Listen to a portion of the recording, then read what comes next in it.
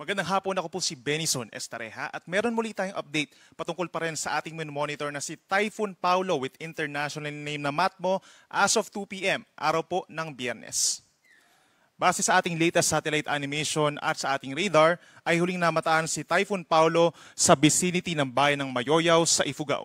Taglay nito ang hangin na 120 kilometers per hour malapit sa kanyang gitna. So bahagyang humina po ito at meron itong taglay na hangin or gustiness na hanggang 200 kilometers per hour. So typical po sa mga bagyo na nasa ating kalupaan na malaki yung difference between the maximum sustained winds at yung mga pagbugso ng hangin. Samantala yung pagkilos naman ito ay bumilis 30 kilometers per hour, patuloy na kumikilos west-northwest palabas ng ating West Philippine Sea. No? Pagsapit po mamayang early afternoon or late afternoon or early evening. Base naman sa ating latest satellite animation, malaking bahagi po ng Luzon, kabilang ang Metro Manila, nasasakop nung outer rain bands na rin nitong si Bagyong Paulo. So aasahan din po yung mga paminsan-minsang malakas na ulan dito sa mga areas po na medyo malayo sa Bagyo, kabilang na yung Calabarzon, Metro Manila, at hilagang bahagi po ng Bicol Region and Mimaropa. Affected din po ng outer rain bands ng Bagyo itong bahagi po ng Panay Island, lalo na yung may Antique and Iloilo areas, as well as yung mga localized thunderstorms o yung mga pulupulong pag-ulan or pagkidlat, pagkulog, nararanasan din silang areas pa po ng Visayas and Mindanao. Base rin sa ating latest satellite animation, meron tayong mga kumpol ng ulap pa rin na may monitor dun sa may Philippine boundary natin sa may silangan ng Visayas. At isa pang kumpol ng ulap po, far east of extreme northern Luzon. At patuloy natin i-monitor for possible formation na rin. But in the next 3 days, wala namang threat ang mga ito sa ating bansa at hindi rin inaasahan pa na magiging isang bagyo.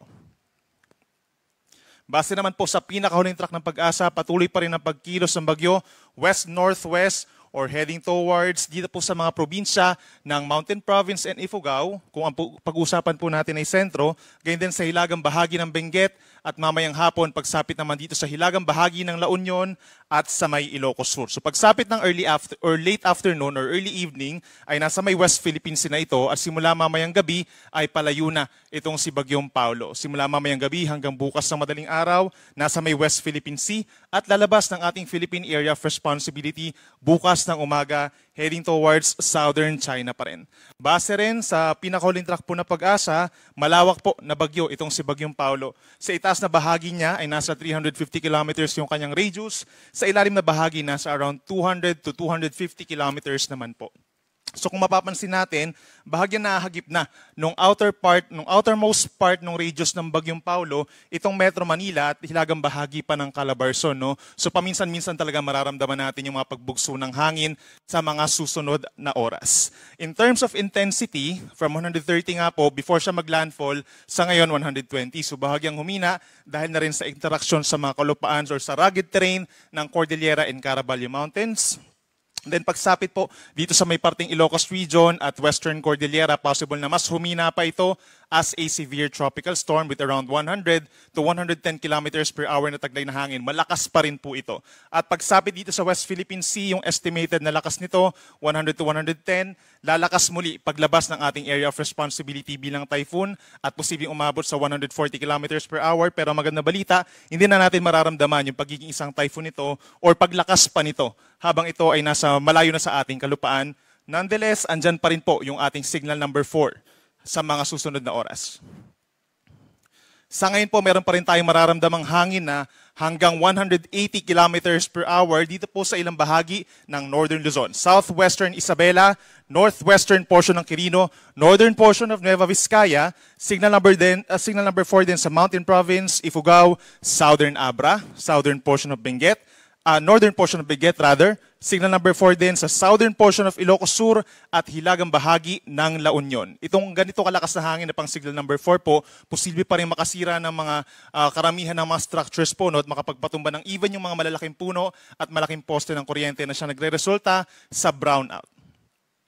Signal number 3 naman po, or malalakas pa rin na hangin na hanggang 115 kilometers per hour estimate dito sa may northern and central portions of Aurora, natitirang bahagi ng Isabela at ng Quirino. Signal number 3 rin sa central portion of Nueva Vizcaya, gayon din sa buong Kalinga, central portion of Abra, natitirang bahagi ng Benguet, natitirang bahagi ng Ilocos Sur, and the rest of La Union.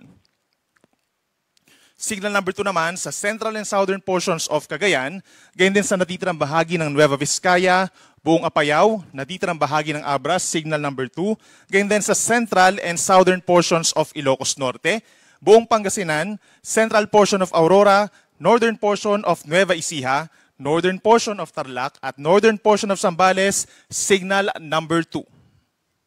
At asahan din po ang signal number 1 or pabugso-bugso pang hangin sa mga susunod na oras dito sa lalawigan ng Batanes, natitirang bahagi ng Cagayan, kabilang ng Babuyan Islands, natitirang bahagi ng Ilocos Norte, gayon din ang rest of Aurora, rest of Nueva Ecija, and rest of Tarlac, signal number 1. Gayon din sa buong Pampanga at buong Bulacan, meron na po tayong wind signal number 1 dyan. Gayon din sa rest of Zambales, northern portion of Quezon, kabilang ang Polillo Islands, at sa Camarines Norte. So tinanggal na natin yung wind signals in some portions pa of Bicol region, habang tinanggal na rin or binaba na natin yung wind signals sa ilang areas pa ng Isabela, Quirino, and Aurora. So sa mga susunod po na mga issuances natin, possible na maibaba pa natin yung mga wind signals in some areas of eastern part ng Northern Luzon habang lumalayo ang bagyo dito sa may West Philippine Sea. At matatanggal na rin po yung mga wind signals pagsapit po ng hapon or gabi dito sa may Southern Luzon. Kabilang na ang Quezon, at sa may Camarines Norte. Meanwhile, yung Metro Manila po, ini-expect nga po natin, no, dahil nandun siya sa may outer part ng bagyo, gayon din ang natitirang bahagi po ng Luzon, malaking bahagi ng Panay Island at mga probinsya ng Northern Samar and Eastern Samar, hanggang mamayang gabi aasahan pa rin po yung pabugso-bugsong hangin dahil po dun sa tinatawag na outer rain bands or outer part nitong si Bagyong Paulo. No? So make sure po na protected pa rin po tayo, no, dahil asahan pa rin yung mga pabugso-bugsong hangin. Para naman sa ating heavy rainfall warning, ito po yung real-time warning po sa malalakas sa mga pag-ulan. So within the next 2 hours, meron tayong aasahang red or torrential rains. Hanggang alas 4 po yan ng hapon dito po sa mga probinsya ng Aurora. Gayon din sa Nueva Vizcaya at lalawigan ng Zambales, direct ng epekto nitong si Bagyong Paulo. Meron naman po tayong orange warning or intense rains base po sa ating mapa sa may Isabela, Quirino, dito rin sa may western portion ng Ifugao, at malaking bahagi ng Benguet and Bataan.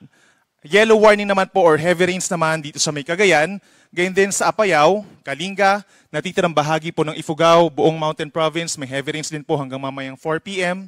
Magandito rin po sa may La Union, sa hilagang bahagi ng Nueva Ecija at ng Pangasinan, at silang bahagi pa po ng Tarlac, Bulacan, Pampanga, down to Cavite, and Batangas, meron po tayong yellow rainfall warning or heavy rains na posible magdulot pa rin ng mga pagbaha dun sa mga low-lying areas at possible din ang pagguho ng lupa sa mga bulubundukin na lugar. Yung mga kulay blue naman po, associated yan sa mga light to moderate with at times heavy rains. Ito po ay dahil pa rin sa kay Bagyong Paulo kung dito sa may northern and central Luzon, and yung outer rain bands nag-extend po dito sa may Calabarzon or rest of Calabarzon, kabilang na rin dyan ang Metro Manila.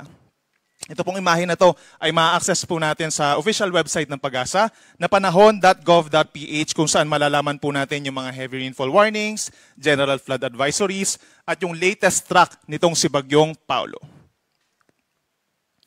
Pagdating naman po sa matataas sa mga pag-alon, meron tayong gale warning or hanggang 6 na metrong taas na mga alon malayo sa Pampang. So that's equivalent sa 2 palapag po ng gusali. Delikadong pumalaot dito po sa may Cagayan, Batanes, baybayin ng Isabela, Aurora, Ilocos Norte at Ilocos Sur. Magpapatuloy po ang ganyang kataas na pag-alon hanggang mamayang gabi. At pagdating naman po sa mga coastal communities natin o yung mga nakatira po sa may Pampang, possible yung tinatawag natin na storm surge pa rin or daluyong habang binabagtas nitong si Bagyong Paulo ang Northern Luzon. Meron tayong hanggang 3 metrong taas ng daluyong dito po sa may Ilocos Norte, northern part of Ilocos Sur, gayon din sa Cagayan, Isabela at Northern Aurora. Patuloy yung pagragasa po ng alon po, no, dahil sa malakas na hangin dulot nitong si Bagyong Paulo sa mga nabanggit na lugar ngayong hapon. Habang posible naman ang 1 hanggang 2 metrong taas ng daluyong sa natitirang baybayin po ng Aurora, rest of Ilocos Sur, gayon din sa La Union, Pangasinan at hilagang baybayin ng Zambales. So recommended pa rin po sa ating mga nakatira sa coastal community sa mga nabanggit na lugar na lumikas po muna at makipag-ugnayan sa inyong mga local government units for possible rescue or evacuation. At yan muna ang latest. Mula dito sa Weather Forecasting Center po ng Pag-asa, meron muli tayong weather update mamayang alas 5:30 ng hapon. Ako muli si Benison Estareja, mag-ingat po tayo.